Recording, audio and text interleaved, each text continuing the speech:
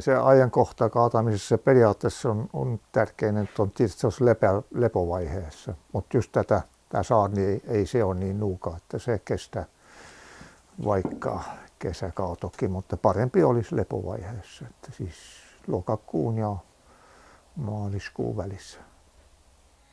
Ne yrittää kasvattaa metsurit pitkiä, mahdollisimman suoria puita, ne kaataa ne väärät puut pois. Ja ne on just ne mitkä mua kiinnostaa, ne väärät puut. Ne on myös hankalia sahata ja sitten mä saan siitä ne väärää puuta, siis kaarevia puuosia.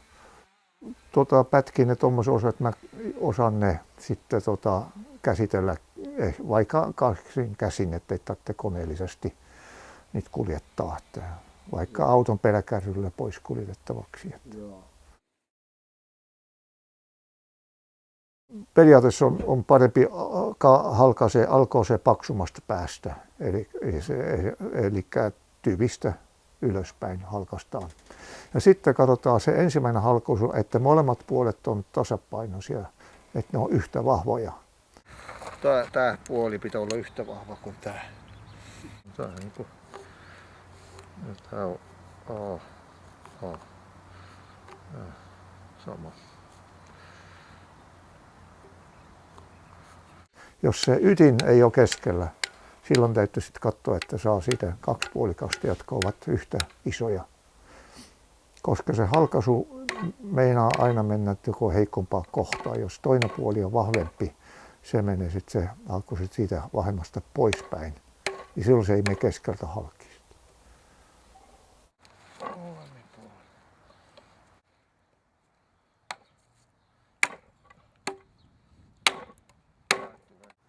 Nämä on nyt vahtera, mahdollisimman kovia, eikä kauhean helposti halkee meneviä.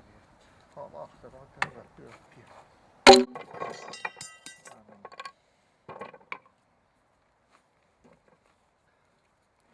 Että saata A ja A suunnilleen. Niin kuin A. Ne pitää olla yhtä voimakas. Jos mä nyt tässä menen, tää on heikompi kuin tää. Joo. Tää vähän vinistää.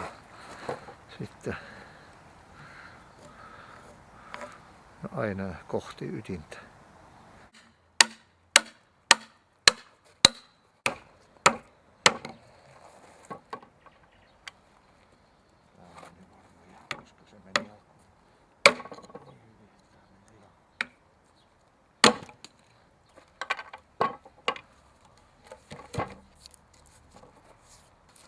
Oikein isot puut minä saatan halkaista myöskin sitten 8 osaa vielä yhden kerran, koska kuivatessa ei se olla liikaa massaa yhtä aikaa. Siinä täytyy olla niin, että muuten jos on iso massa, se voi mennä halki itsestään niin kuin kuivatessa.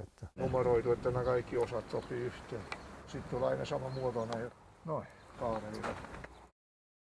Pienemmät puut voi ihan valoisassakin paikassa kuivata, mutta isommat puut pitää enemmän varjoisessa paikassa. Tuolipuut yleensä, siellä kun niin tehdään niin pienet mitaksi lopuksi menee, siellä riittää 2 vuotta aivan hyvin. Saarnissa jopa 1 vuosi voi riittää. Mutta jos yritetään sitten pöytälevyt ja semmoista, niistä sitten pitää jo niin kuin 3-5 vuotta. Voin höylätä, sahata ja samatin höylätä ja valmistaa tavaraa. Niin joo. Voi heti jatkaa. Kun ensin ulkona tuolla kuivannut, niin sitten 3 kuukaudeksi tähän ja sitten sen jälkeen sitä voi tehdä saman tien loppuun joo, asti. Kyllä. Se on sen niin kuivannut tässä. Kyllä, joo.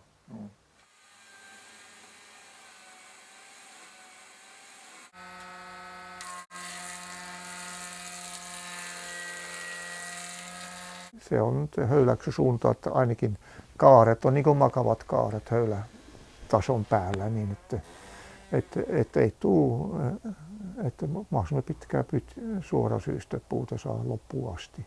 Se on varsin tuolintekijällä, se on aina parempi. Otan nyt tässä.